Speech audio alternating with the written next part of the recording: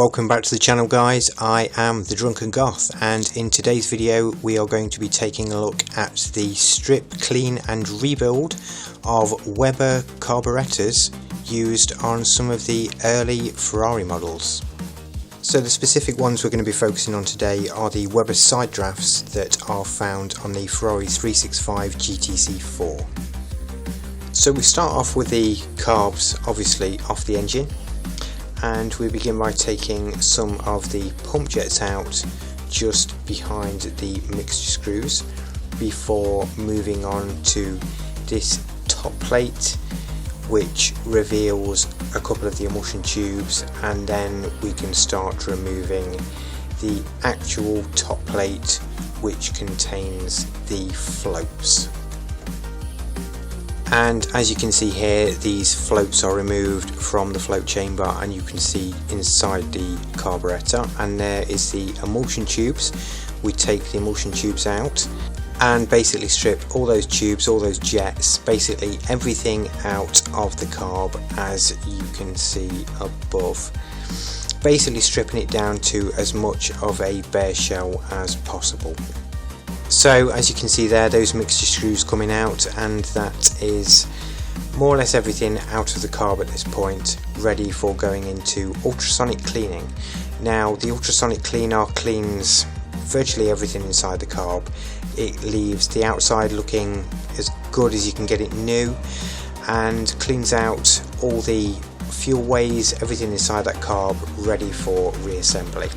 Once those carbs and all the individual parts have been through the ultrasonic cleaner and come up looking lovely, any brass parts we put on the polishing wheel just to make them look as clean as possible, and we can start reassembling, getting everything back to as it should be. And as you can see, the before and after, you can see the difference. It does make a hell of a lot of difference with these carbs. At this stage on this engine, it's time to then start getting the carbs back onto the engine. New Bakelite gaskets, new nuts and bolts, new fixings throughout. We initially set the mixture screws at all the way in, 3 turns back out, which is a kind of standard position to set everything in before we start setting up the carbs properly. And as you can see now, all the fuel lines are back in. It does look stunning. They are extremely well cleaned, and we end the video on a short demonstration on the kind of work that goes into setting and adjusting Weber carburetors.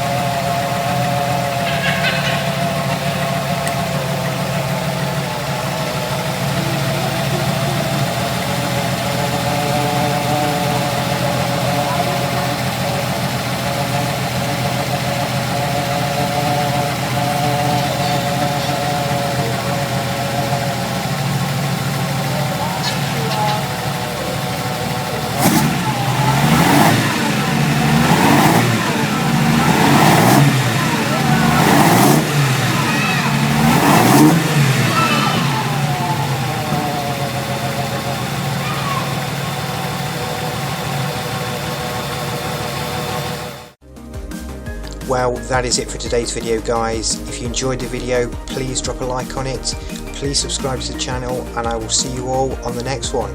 Bye bye.